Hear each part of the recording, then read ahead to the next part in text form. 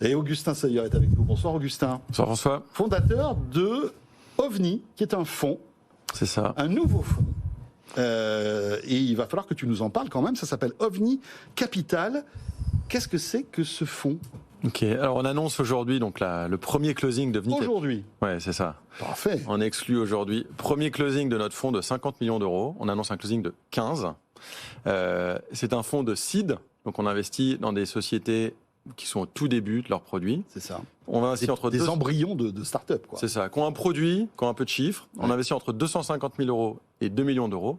Et en fait, là où notre thèse est intéressante, on a une conviction qu'on est à l'aube de la troisième révolution de la French Tech française. La French Tech s'est énormément professionnalisée ces dernières années, mais il nous manque encore cet attrait international qu'ont les capitales Amsterdam, Berlin, Tel Aviv. Quand on regarde nos sociétés, nos startups, elles sont 2 fois moins financées que les startups de Stockholm, par exemple. Et en fait, la conviction qu'on a avec mon associé Arnaud Laurent, c'est qu'en fait, la maladie hollandaise de la France, c'est qu'on est un beau, grand pays de 70 millions d'habitants. Et donc, quand on construit un produit, on se dit, bon, en fait, 70 millions, je vais commencer avec mes 70 millions. Le marché est énorme. Et ça crée plein de problèmes derrière.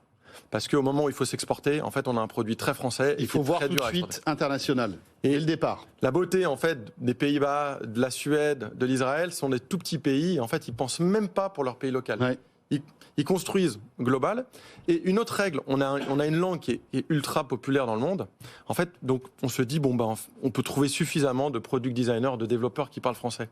Alors qu'en Allemagne, dans les 5 premiers employés d'une start-up, il faut qu'il y en ait un qui ne parle pas allemand. Pourquoi ? Parce qu'en fait, tout le monde fait la bascule sur l'anglais. Et une fois qu'on a fait la bascule sur l'anglais, on peut embaucher des product designers, développeurs du monde entier. Et, voilà. Et c'est ce qu'on a envie avec notre expérience internationale. Donc, on est 50 investisseurs. On est 7 cofondateurs, dont 2 general partners. On a tous ces expériences à l'étranger. On a tous travaillé à l'étranger ou vendu une société aux Américains ou à un groupe étranger. Et c'est ce qu'on veut insuffler dans un accompagnement avec nos entrepreneurs que l'on va financer ces 5 prochaines années. Eh ben, c'est un Alors beau je dis projet, bravo. Hein. C'est cool, hein, c'est une très bonne idée. Très bien. On va suivre ça de près. Augustin, tu viendras. Vous avez déjà repéré des startups ou... C'est une bonne question. On a déjà fait un premier investissement, je pense que vous connaissez tous ici, qui s'appelle Axeptio, qui est un concept management. Vous savez, quand vous allez sur un site, on vous demande est-ce que vous acceptez et refusez les cookies. C'est notre premier investissement. Il y a une grande vision derrière. Merci le RGPD pour ce truc-là, qui est superbe, génial. Alors la vision derrière, c'est beaucoup de temps. On pourra en parler, mais il y a une grande vision derrière. C'est qu'en fait, quand vous rentrez dans un magasin aujourd'hui, un magasin digital, il y a Google qui vous pompe toute votre data et qui la monétise. On va parler de Google. En fait, l'idée, c'est de rendre le pouvoir aux consommateurs. Et derrière, un jour, pouvoir monétiser ça. Et là, on rebascule vers le consommateur. Enfin, quand vous rentrez dans un magasin aujourd'hui, il n'y a pas quelqu'un qui vous suit pour voir ce que vous allez regarder. Ça devrait être la même chose sur Internet. Ou enfin, on devrait pouvoir dire oui ou non. Voilà, donc ce premier investissement, évidemment, sur un deuxième actuellement, j'espère que je pourrai l'annoncer ici rapidement. Évidemment. Et voilà. Merci François. Et tu sais que tu as ta carte gold. Hein. Et alors, une question, pourquoi OVNI ?